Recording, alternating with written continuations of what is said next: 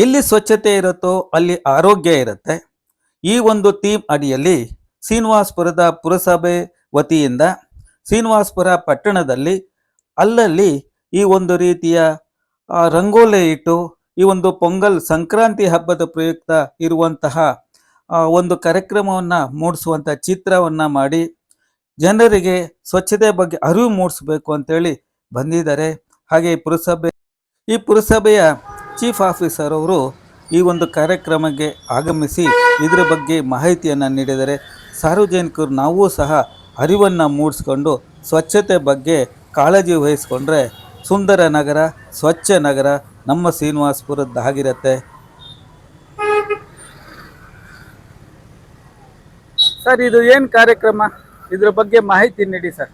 Sir, ಸ್ವಚ್ಛತೆಯ ನಮ್ಮ ನಗರ ಸುಂದರವಾಗಿ ಸ್ವಚ್ಛವಾಗಿರುವುದು ನಮ್ಮ ಕಾರ್ಯಕ್ರಮ. ಇಲ್ಲಿ ಯಾರೋ ಕಸ ಹಾಕಬಾರ್ದು, ಕಸ ಹಾಕದವರೇ ದಂಡ ವಿಧಿಸಲಾಗುತ್ತದೆ ಅಂಥೇಳಿ ಒಂದು ಮುನ್ನೆಚ್ಚರಿಕೆ ಕ್ರಮವಾಗಿ ನಾವು ಈ ಥರ ಮಾಡ್ತಾ ಇದ್ದೀವಿ. ನಗರವನ್ನು ಸ್ವಚ್ಛವಾಗಿಡಬೇಕಂತ ಸಾರ್ವಜನಿಕರಿಗೆ ತಿಳುವಳಿಕೆ ನೀಡ್ತಾ ಇದ್ದೀವಿ ಸರ್. ಇದ್ರ ಬಗ್ಗೆ ಇನ್ನೊಂದಷ್ಟು ಮಾಹಿತಿಯನ್ನು ನೀಡ್ತಿದ್ದಾರೆ.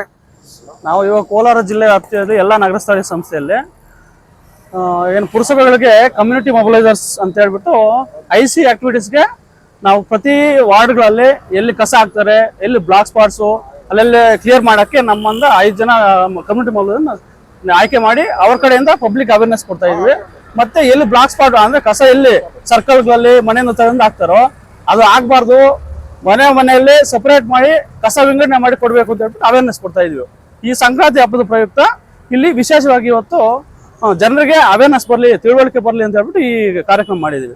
ರಂಗೋಲಿ ಇಟ್ಟು ಅಲಂಕಾರ ಮಾಡಿ ಮಡಿಕೆ ಇಟ್ಟು ರಂಗೋಲಿ ಇಟ್ಟು ಮಡಿಕೆ ಇಟ್ಟು ಹೂಗಳಿಂದ ಅಲಂಕಾರ ಮಾಡಿ ಕಬ್ಬು ಹಬ್ಬದಲ್ಲಿ ಮನೆಯಲ್ಲಿ ಯಾವ ರೀತಿ ಮಾಡ್ತೀವೋ ಆ ರೀತಿ ಪೊಂಗಲ್ ಉಕ್ಕಿ ಹರಿದು ಬರೋ ರೀತಿಯಲ್ಲಿ ಮಾಡಿದ್ದೀರಿ. ಇದು ಒಂದು ಅವೇರ್ನೆಸ್ ಪ್ರೋಗ್ರಾಮು, ಸ್ವಚ್ಛತೆ ಬಗ್ಗೆ ಅರಿವು ಮೂಡಿಸುವಂತ ಕಾರ್ಯಕ್ರಮ. ಈ ಒಂದು ಸಾರ್ವಜನಿಕರು ಅಷ್ಟೇ ಸಹ ಈ ಒಂದು ಕಾರ್ಯಕ್ರಮವನ್ನ ಅರಿತು ನಾವು ನಡ್ಕೊಂಡ್ರೆ ನಮ್ಮ ನಗರ ಸ್ವಚ್ಛವಾಗಿರುತ್ತೆ. ಹಾಗಾಗಿ ನಮ್ಮ ನಗರ ಸ್ವಚ್ಛತೆ ಇದೆ, ಆರೋಗ್ಯ ಚೆನ್ನಾಗಿರುತ್ತೆ.